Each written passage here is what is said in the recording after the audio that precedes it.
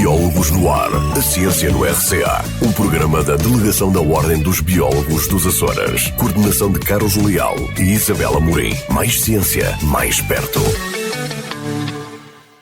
Bom dia aos nossos ouvintes que nos escutam lá em casa. Sou Carlos Leal e esta é a nossa rúbrica Biólogos no Ar. Gostava de apresentar aqui hoje o biólogo Mário Boieiro. Mário, muito obrigado. Bom dia, obrigado por teres vindo e participar no programa.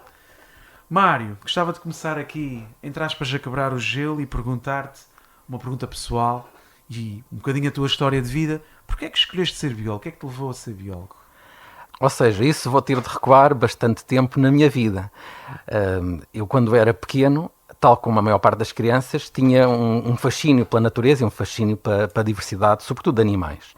E é claro que este fascínio foi também alimentado por algumas pessoas da família que me ofereceram livros ilustrados e, portanto, eu quando era um jovem tinha um bom conhecimento da fauna do nosso país, mas se calhar como muitos dos jovens e das crianças do meu tempo, mas tal como hoje em dia acabamos de conhecer os animais das savanas, os animais das florestas tropicais, e é claro que essa paixão pela natureza já existia.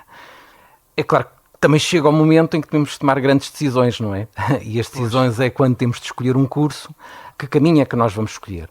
E aí eu tive alguma dificuldade no sentido de que eu também gostava muito de desporto, era um bom desportista, pratiquei futebol federado e pronto, era relativamente bom numa grande conjunto de modalidades, mas é claro que a paixão pela biologia e aquilo que eu entendi a biologia é um tema muito, muito lato, não é? Mas no meu caso era mesmo a ecologia, a biodiversidade. Foi essa que venceu e, entretanto, optei por fazer o curso de Biologia, sim. E ainda bem que assim escolheste, Mário. Mário, queria agora, passando aqui um bocadinho ao papel dos biólogos na sociedade, porque também é um pouco o mote que levou-nos a criar esta rúbrica, este programa Biólogos no Ar, gostava de perguntar, na tua opinião, qual é que deve ser o papel dos biólogos, e se quiseres dos cientistas no geral, mas sendo a biologia tão multidisciplinar e vasta, na promoção da literacia científica da sociedade no geral? Pois, eu penso que os biólogos, à semelhança de outros grupos profissionais, temos uma grande responsabilidade para formar as novas gerações. É claro que no passado isto não era tão tido em conta, porque as pessoas tinham as suas profissões e muitas delas não disponibilizavam, não dedicavam tanto tempo a formar as novas gerações e a população em geral, porque às vezes nós pensamos nos jovens, nas crianças, mas também é bom informarmos os adultos. Exato. Mas de há uns anos esta parte é cada vez mais importante nós darmos atenção a esse aspecto. E é claro que os biólogos, tal como outros grupos profissionais, mas eu queria sobretudo destacar os biólogos, porque os biólogos... Evidente. Não, e sobretudo como os biólogos trabalham com coisas que nós vemos todos os dias. Por exemplo, um físico, um químico, trabalham numa área que se calhar poucas pessoas percebem. Mais abstrata, mais abstrata, sim. Inclusive também alguns biólogos também por trabalharem... ao nível celular, ao nível de micro-organismos, também é mais difícil comunicar.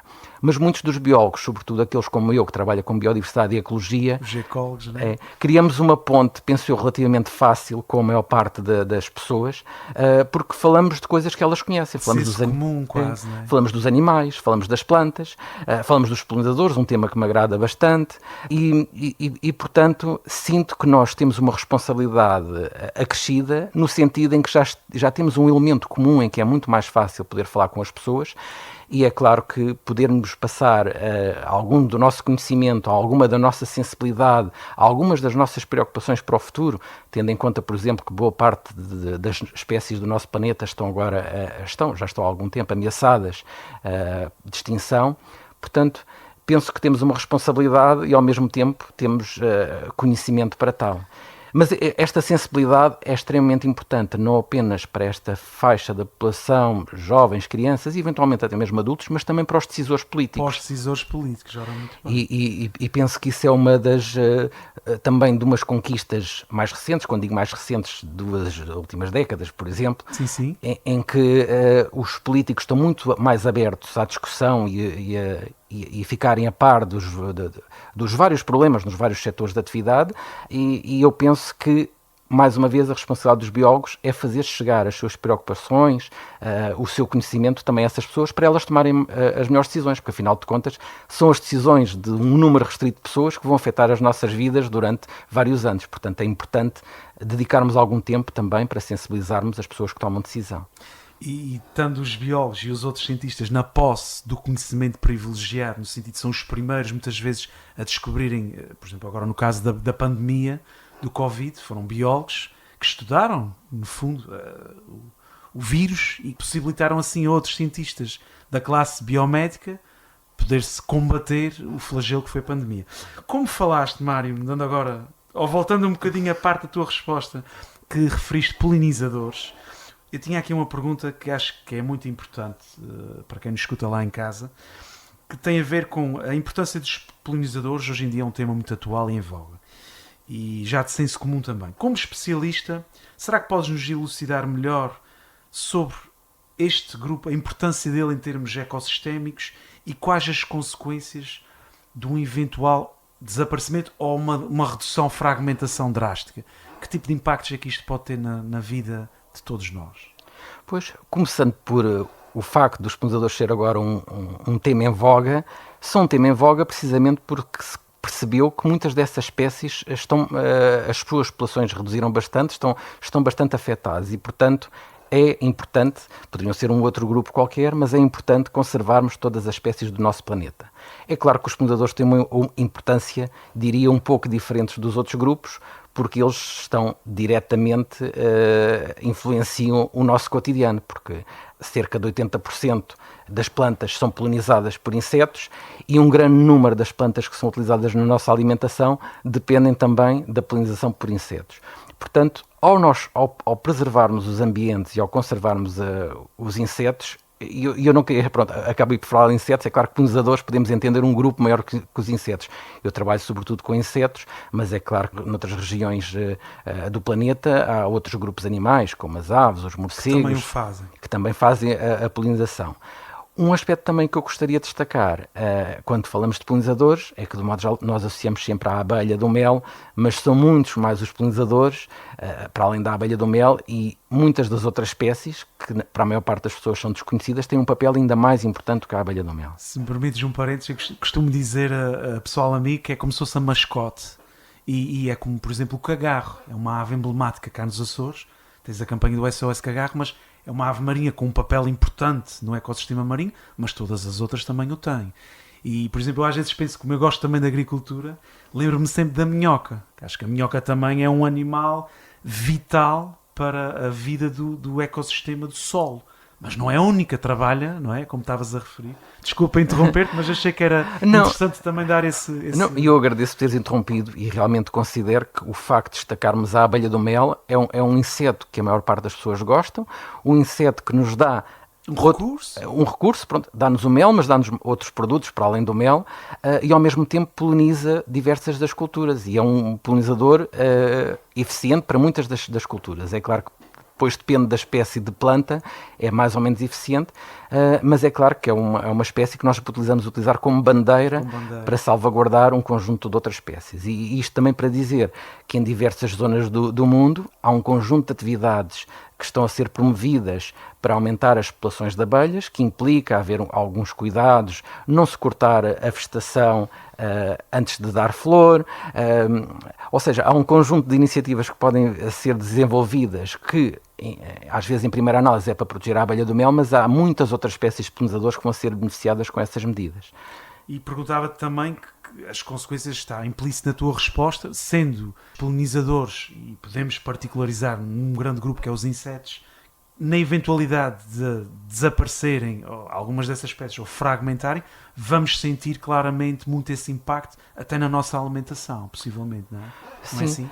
Ou seja, eu penso que sim, que em termos de alimentação, isso há vários estudos que mostram que reduções das populações de polinizadores nativos têm um resultado também negativo na produção e na qualidade dos frutos que são produzidos, ou das sementes. Se me permites, eu até cheguei a ler em tempos, já há uns anos, aí numa pesquisa que fiz, não sei se podes confirmar ou não, mas que há certas áreas na China, salvo erro, em que procede-se à polinização manual. Ou seja, para quem nos está a ouvir lá em casa, para ter uma imagem mental do que estamos aqui a falar, é como os níveis de poluição são tão severos. Aquelas cidades que nós vemos às vezes na televisão, que as pessoas andam de máscara, muito antes do Covid, já andavam de máscara. Sei de casos de pessoas que não podem levar os miúdos, certas alturas do ano ou horas do dia, não podem levar as crianças para o parque porque a carga de poluição atmosférica é tão severa que eventualmente em algumas áreas geográficas já não há polinizadores, já não há abelhas e outros polinizadores e insetos, e eles têm que pegarem centenas, milhares de pessoas, trabalhadores, subirem escadas para as árvores e com um pincel passarem os estamos, o pólen de uma flor masculina para uma flor feminina. Isto é real e acontece hoje em dia. Não sei se queres confirmar ou não que isto é um... Sim, isso é um facto, já acontece. E resultou, não só como referiste, da poluição, mas sobretudo também da aplicação desmedida de pesticidas. E, portanto, os pesticidas, a partir do momento que entram no sistema, muitos deles são extremamente agressivos e acabam por se perpetuar durante anos no sistema. Persistentes no ecossistema. E, entretanto, causaram mortalidade dos polinizadores nativos. As plantas que dependem dos polinizadores não tinham polinizadores e, portanto, não produziam frutos, ou os frutos que produziam eram de muito baixa qualidade, e agora parece uma coisa absurda, que é ver as pessoas com um pincel que vão pincelar as flores, retiram o pólen de uma zona e vão colocar depois na outra parte reprodutora da planta, fazer o papel que os insetos fazem de forma gratuita, de forma muito mais eficaz, e é absurda a quantidade de dinheiro que se gasta nesta tarefa que nós tínhamos de graça proporcionada pelos polinizadores. E também já vi, alguns também, complementando esta parte aqui da nossa interessante conversa, já vi também de nanorobôs e microrobôs que estão a desenhar para... Portanto, estão sempre a trabalhar na remediação, ou seja, vamos fazer uma metáfora, temos um rio que tem um problema de poluição e a gente está sempre na foz a tentar remediar as porcarias que chegam ali, quando o problema está lá em cima, está a montante.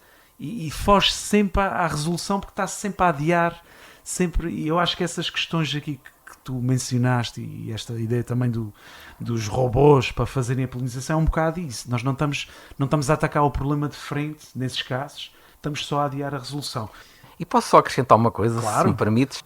Eu gostava de referir que muitas das vezes nós sabemos o que vai acontecer ao estudarmos ambientes mais próximos do homem. No entanto, em alguns casos, já na natureza, já se faz sentir alguns desses efeitos da perda dos polinizadores. E esse é um aspecto que nós devemos ter mais em conta, devemos monitorizar a natureza, porque antes de nós percebermos o que está a passar nos nossos campos agrícolas, já algumas dessas espécies na natureza acabam por estar com valores de diversidade muito baixos, às vezes por causa de espécies que nós introduzimos, às vezes por causa de invasões, perturbações que nós causamos no habitat, e portanto isto é importante referir, que às vezes quando nós damos pelo problema, esse problema já começou em zonas que nós não conhecemos tão bem, como áreas naturais, comparativamente às áreas agrícolas, às áreas florestais. Biólogos no ar. Estou-me a lembrar da primeira entrevista que foi com a colega Teresa Ferreira, falávamos de térmitas e falávamos precisamente disso, que às vezes o facto de nós não termos números muito elevados ou empolados não quer dizer que elas não estejam. Elas podem estar lá e nós ainda não as detectamos. Mário, tinha aqui duas perguntas. Uma delas tu já quase que respondeste no meio da intervenção anterior, que tinha a ver com o que é que o cidadão comum pode fazer para contribuir para a conservação dos polinizadores. E tu referiste uma dessas medidas, que é nos jardins, parques, campos agrícolas, deixar algumas faixas, ou deixá-las florirem, aquelas ervas, para dar, digamos assim, condições de sobrevivência e de alimento aos polinizadores. Por exemplo, não sei se queres indicar outro. Não, há coisas que nós podemos fazer que são coisas muito, muito simples, mas que melhoram bastante a nossa qualidade de vida, a biodiversidade que nos rodeia, e é claro que esse é um dos exemplos. O simples facto de nós não cortarmos constantemente a vegetação, deixarmos que as plantas completem o seu ciclo de vida, produzam as flores, produzam depois, deixem estas flores produzir as sementes caiam no solo, isso é fundamental. E no caso dos polinizadores é fundamental porque os polinizadores, muitas das espécies, alimentam-se exclusivamente de néctar e de pólen, que são produzidos pelas flores. Portanto, se nós cortamos as plantas antes delas produzirem flor, esses animais não vão ter alimento e não se vão conseguir desenvolver. Portanto, esta é uma das medidas muito simples. Outra das coisas que nós também devemos ter em conta é lermos e querermos saber um pouco mais e participarmos em atividades para conhecermos os polinizadores que nos rodeiam. porque é claro que todos conhecemos, como referimos, a borboleta, a abelha do mel. É claro que falamos às vezes da borboleta, mas, por exemplo, aqui na terceira podemos ver várias espécies de borboletas, e até é bom se nós distinguirmos, e às vezes são simples, porque uma é azul, a outra é cor de laranja, e era bom também conhecermos melhor, porque quando nós conhecemos as coisas e percebemos o papel delas, estamos mais sensibilizados também para as protegermos. Conhecer para proteger, não é? Exato, sim. Outro aspecto que eu também queria dizer é que nós, enquanto consumidores, também podemos ter um papel importante na preservação dos polinizadores. Ao escolher, não é? No ato de consumo. Sim. No ato de consumo podemos escolher entre produtos que são biológicos ou produtos que não o são, e é claro que essa decisão é importante, sobretudo porque ao nós apoiarmos a produção biológica, estamos também a apoiar um conjunto de pessoas cuja sua vida é praticarem agricultura com os resultados, com a produção de alimentos que serão mais saudáveis, e é claro que tendo essas pessoas mais fundos poderão aumentar a produção, poderá haver mais pessoas com essa atividade económica, e eu penso que aqui nos Açores é uma atividade que pode ser diferenciadora em termos de produção relativamente a outras áreas do país. Muito bem. Gostava agora de perguntar aqui, nós sabemos que lideras a lista vermelha dos invertebrados de Portugal. É verdade. E será que podes explicar a quem nos ouve lá em casa, explicar um pouco melhor o que é uma lista vermelha, neste caso de invertebrados, mas o que é uma lista vermelha e para que é que no fundo serve essa lista? Sim, como nós já percebemos, é importante haver um bom conhecimento da biodiversidade, seja dos Açores, seja do mundo, seja de uma região.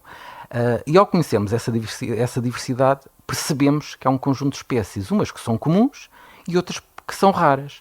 E é claro que se nós queremos manter essas espécies que são raras, evitar que elas se extingam, temos de criar mecanismos para primeiro conhecê-las melhor e depois criarmos mecanismos para a proteger.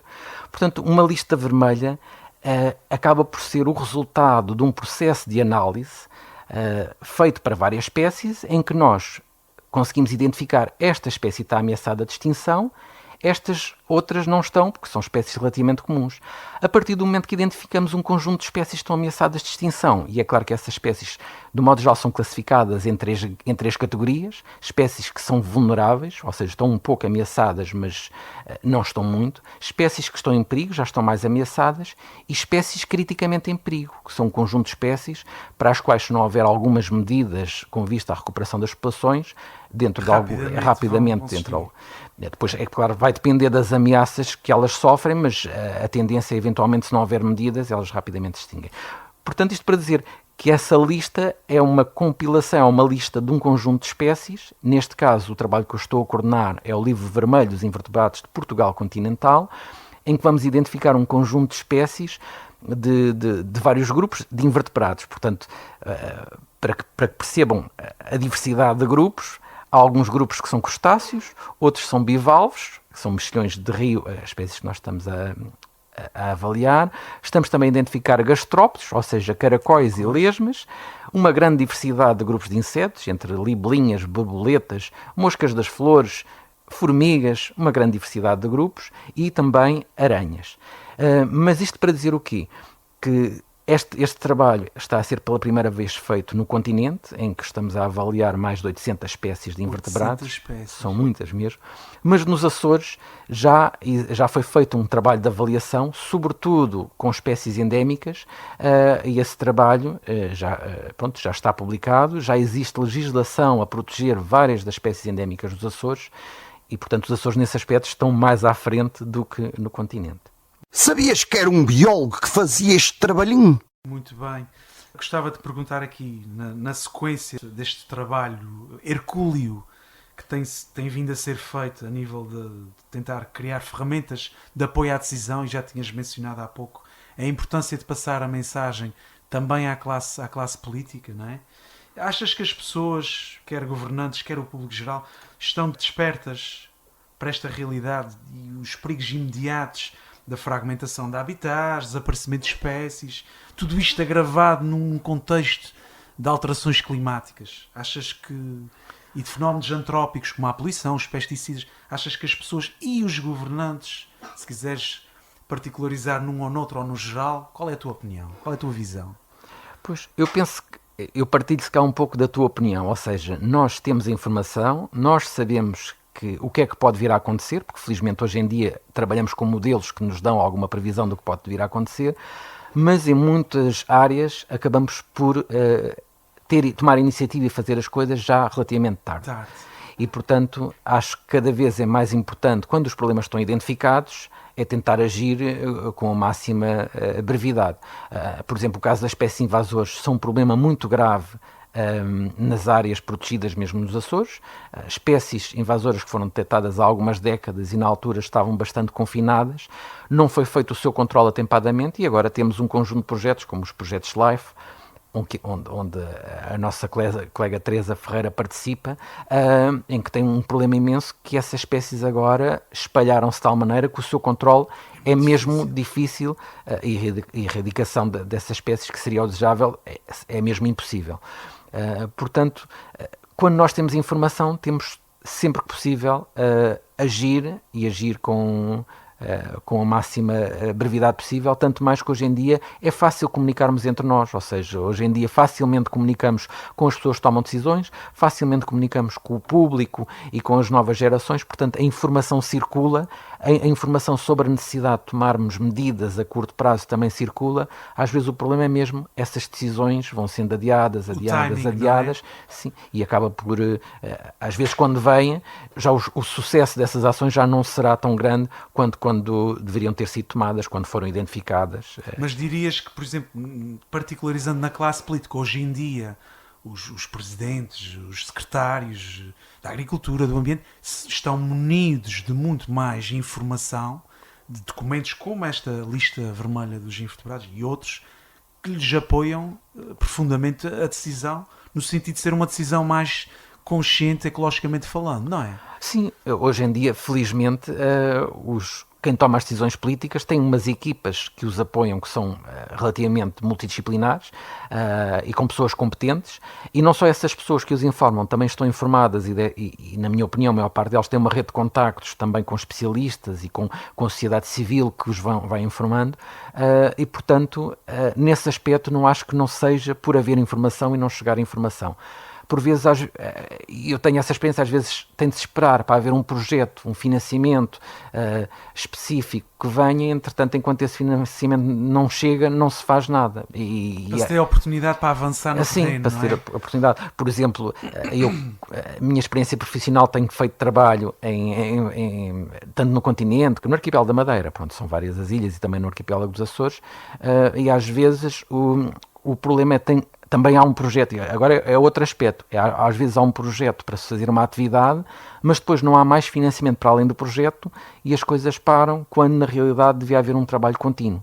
Portanto, aqui mais uma vez, tal como a maior parte dos aspectos da nossa sociedade, a necessidade de recursos financeiros e de recursos humanos é crucial para que as decisões sejam implementadas.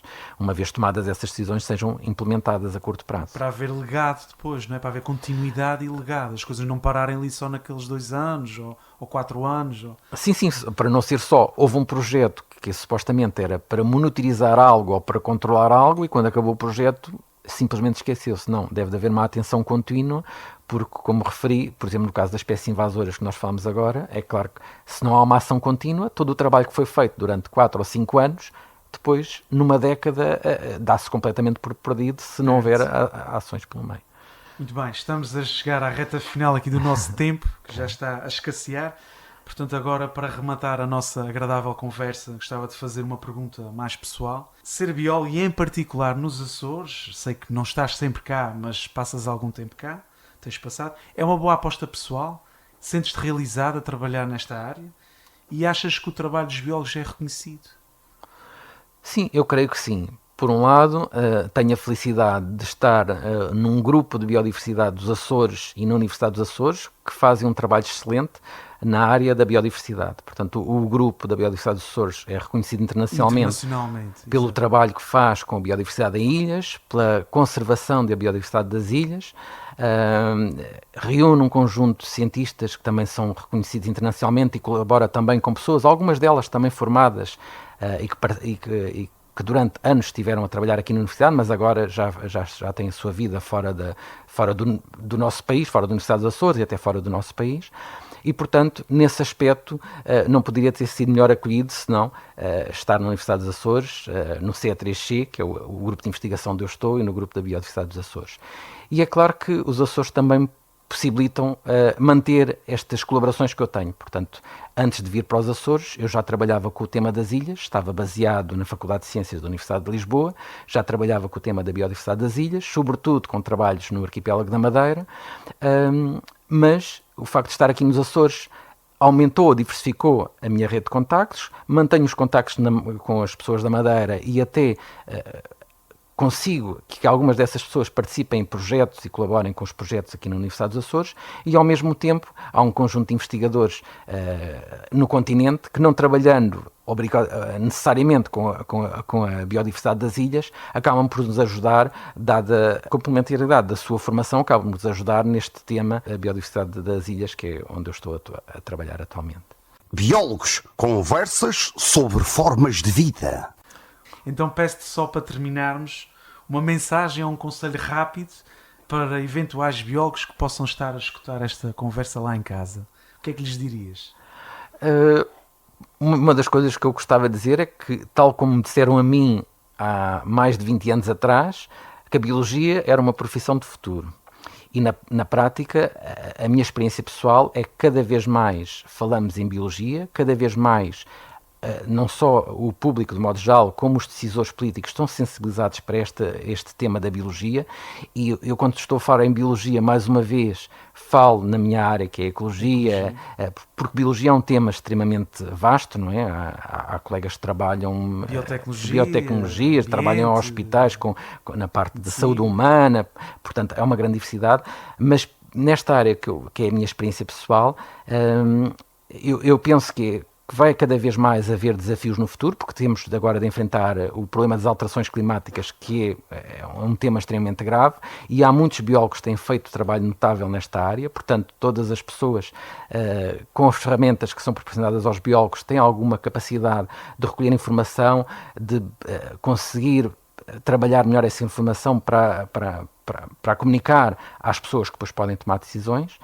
E no caso dos Açores, um outro tema que também, não só a biodiversidade, por facto de serem ilhas, temos uma biodiversidade muito específica, há um conjunto de espécies que existem nos Açores e que não existem mais lá nenhum, e só isso é um tema apaixonante para qualquer biólogo, mas por outro lado temos um mar à volta que também tem imenso para conhecer, e eu penso que certamente terás outros biólogos que te falarão com mais detalhe neste tema da biodiversidade do mar, dos processos marinhos e a importância de os estudarmos, porque muitos dos nossos recursos alimentares e até mesmo de matérias provêm deste mundo que está para explorar, que é o mar, e nesse caso os Açores estão muito bem